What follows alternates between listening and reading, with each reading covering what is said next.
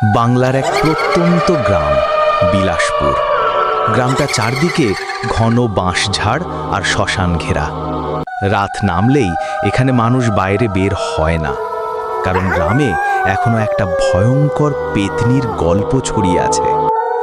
অনেক বছর আগে গ্রামের শেষ প্রান্তে এক বিধবার মৃত্যু হয়েছিল অস্বাভাবিকভাবে। শোনা যায় রাতের বেলা কেউ একজন তাকে ডাকাতির জন্য হত্যা করেছিল। সেই মৃতদেহ রাতেই বাঁশঝাড়ের ধারে ফেলে দেওয়া হয়, কিন্তু শেষকৃত্য ঠিকমতো হয়নি।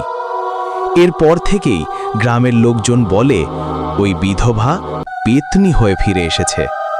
প্রতি পূর্ণিমার রাতে বাঁশঝাড় থেকে কান্নার শব্দ ভেসে আসে, আমায় কে মেরেছিল, আমায় কে মেরেছিল।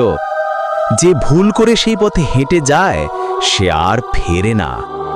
রাত গভীর হলে কেউ যদি সাহস করে সেখানে যায়, প্রথমে শোনে গলার স্বর, একজন মহিলার কান্না।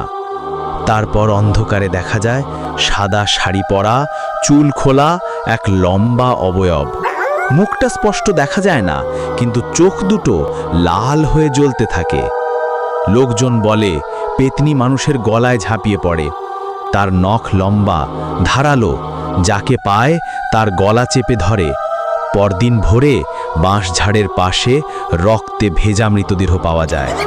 কেউ জীবিত ফেরেনি।